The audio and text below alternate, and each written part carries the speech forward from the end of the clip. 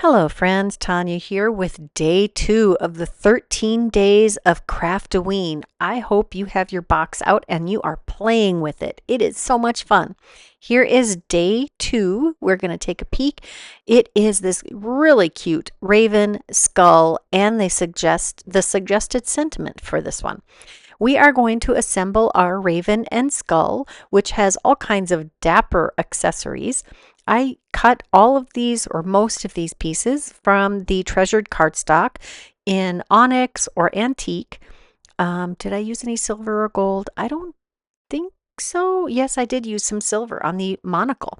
Here is the beak for our raven. I've done one in a glossy cardstock, black cardstock, and one with a matte metallic cardstock.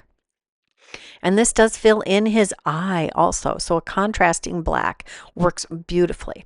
There's also the wing that is closest to us, and I did cut that from some matte cardstock also. And I love the different textures of black that we're able to achieve with the treasured cardstock packs. His feet are on one die, which makes it so much easier to adhere those little pieces that add so much to our really cute little elements. And when I first adhered it, I did not adhere it low enough. So I just quickly, that's one of the advantages with liquid glue, you're able to pull it back off and reposition. Now his little top hat is cut out of some glitter cardstock, and I chose to do a purple band. I kind of was on a purple. Purple is like the color of the year for me. I've been using it a ton. Now for the monocle, there are 2 pieces for this. You don't have to use them both, but I thought it would be a nice idea. I'm adhering the black lower portion. This is like the string that it's attached to your shirt or whatever. And I am going to put that right over his eye. Now you could use this little raven with or without all of the accessories, but I think the accessories really make this come together. I'm going to attach this cute little bow tie to the string on the monocle. And then the top hat actually has a curve that fits perfectly on the top of his head over the monocle. We'll attach that to the top of our dapper little raven. This makes him much more whimsical. Now he does sit easily on top of the skull, which had its own backer. Next, I'm pulling out this beautiful color layering manner. It is a layering stencil of the month from September of 2024 from Hero Arts. And I love this. This is the second time I'm using this stencil this month. It is such a beautiful stencil. And there are 4 or 5, I think 5 layers. We're going to use scorched timber, and we're doing this on some white cardstock. I'm using scorched timber as our base layer. This will color in most of the trees, the background for the house, some of the details in the foreground of our scene here. And this is a great scene building stencil. It works with a lot of different designs, and it could be cheery, it could be spooky. You could, changing the color really changes up the whole mood of this stencil background. Next, we're going to use pumice stone. These are all Distress Oxide inks. With the oxides, you can layer lighter colors over darker colors and they will still show up, which is magical in my estimation. So it's perfect for this kind of stenciling. Now this stencil colors in the background, so you could leave the background whatever the color of the cardstock is that you're ink blending on, or you could add some blending. You could make a nice sky with night sky or morning sky, however you wanted to do that, but I chose to make it a solid color. Next, we're going to use hickory smoke. This is some of the fine details on the house and in the foreground, a little bit on the trees. And then our last layer, I am using the Distress Texture Paste in Black Opaque. I wasn't sure if this was going to be current. It is a seasonal product. I bought mine a year or 2 ago, and it is still delightfully juicy. But I am using the press and seal trick, where I do push the press and seal down against the paste and keep that nicely sealed so it doesn't evaporate as quickly. Maybe I only got this last year. I can't remember. I'd I'd have to go through my purchase history and look. I don't mark on my products when I purchase them. So I just pushed that press and seal back down against the paste inside the jar. I peeled that off, and I'm going to go clean all of my products right away. Next, we're going to use some Color Wheel Raven cardstock. This is such a beautifully heavy cardstock. And we're going to use the 5x7 Matting Basics Set A. Don't use the Set A as often as I do the Set B. Then I'm going to find one of the dies that will show the most of that background without going outside the bounds, because we're going to make kind of a shadow box pop-up card that is 5x7 shaped. So I've cut a frame and one solid piece. I also have two strips of 2" by 6 7/8 inch, and I'm scoring them at 1/2 inch, 1 inch, and 1.5 inches. Now, if I did this card again, I would make this strip, instead of 2 inches, I would probably make it 4 inches and keep scoring at 1/2 inches all the way along, just to give it a little extra depth and to make it a little more easy to stand this up to display. This will stand up, but it's kind of finicky. So I am accordion folding both of these pieces, and they are going to be adhered to the frame part and to the backer part. I'm just going to use some liquid glue here. Now, I had originally cut these to 7 inches long, but I'd forgotten that I used a die that cuts this just a smidgen less than 7 inches long. So I'm going to adhere this to each side on the backer portion, and whatever method helps you line this up the best, you do that. This is how I have found the best success. Just adhering that along the folded edge, and then I'm going to accordion fold those back down, and then we will add our frame to the front.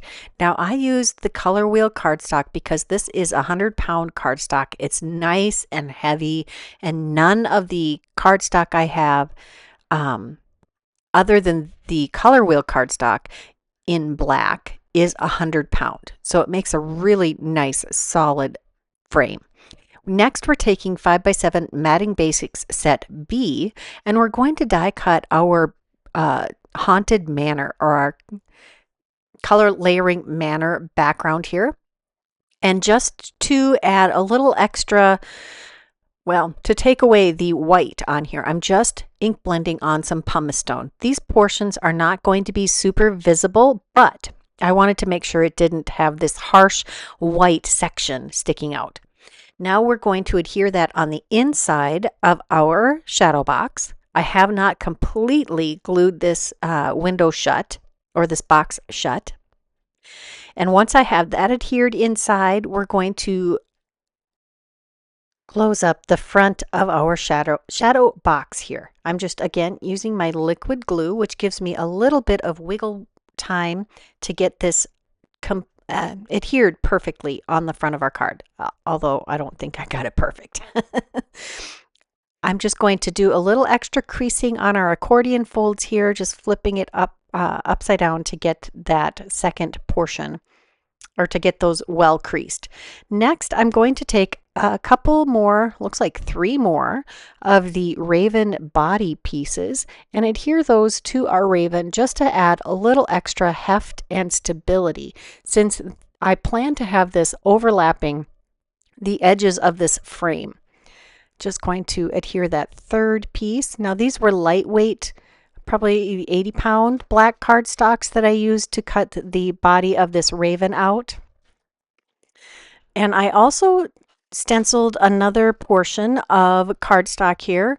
I'd used some gray cardstock this time, and I just did a rough cutting with my scissors here to add kind of a natural look to this.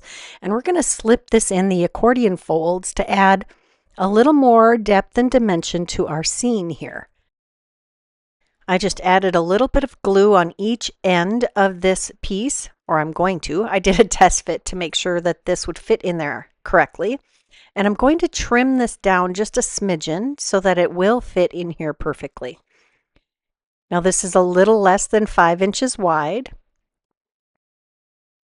And once it fits in there perfectly, I will add the glue so it will fit in there just the way I wanted it to.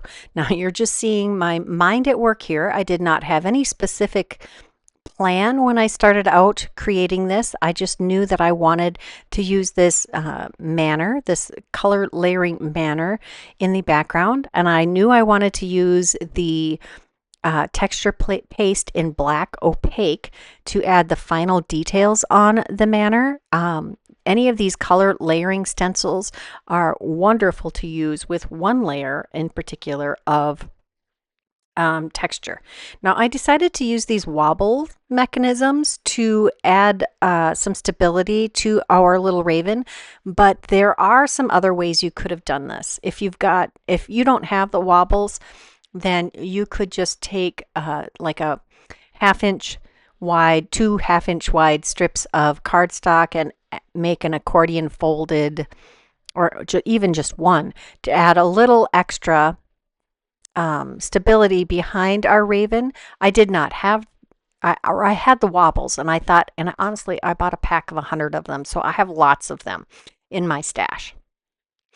But this is what I had. It was quick and easy. I thought it would be, they don't actually wobble, but it does make a nice stabilizer for our image here. And I adhered him to that little extra shelf that I created in there and to the Haunted Manor. Again, use what you have in your stash. If you don't have the wobbles or you don't want to use the wobbles, you don't have to, but this was a great use of them for me. Next, we're going to use the Autumn Greetings Wreath add-on. I think that's what it said.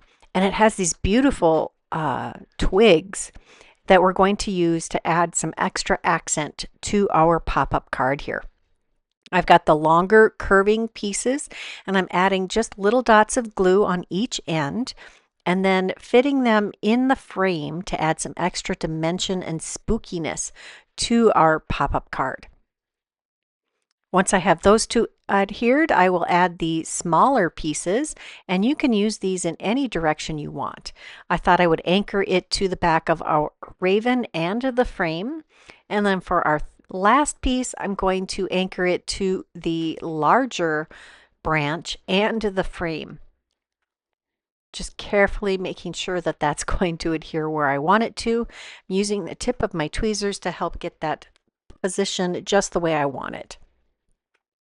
Once I have those tacked in place, now that one was taking a little longer to dry because that is metallic cardstock it was trying to stick to. Then I'm going to move on to the sentiment, and we're going to take a sentiment from the 13 Days of Craft-O-Ween stamp set. I have another piece of black cardstock that I'm treating with some anti-static powder, and we will stamp this with the VersaFine, no, this is just plain clear Versamark clear embossing and watermark ink. You can use this just as a watermark ink. I am going to heat emboss this with some liquid platinum embossing powder. It's kind of it's a cross between gold and silver, and it's very rich and delightful. We'll heat set this and watch it just come to life, all raised and shiny on our black cardstock. That gave me the best impression. Then I'm just going to use my dry microfiber cloth here to rub off all of that anti-static powder. Next, we're going to use the notched corner frames dies to die cut our sentiment. Dig through your stash. I'm sure you have nesting dies that work great to die cut your sentiments here. I've cut 2 of those. I wanted a little extra stability behind this because I thought I was going to pop it into the front of our card. And then I decided I wanted to put a backer on this card for you to be able to write on it. And that's ultimately where that sentiment is going to land. I'm using some pumice stone on this light gray cardstock. It's like a fog colored cardstock. It's from my stash. I honestly couldn't tell you which company made this cardstock.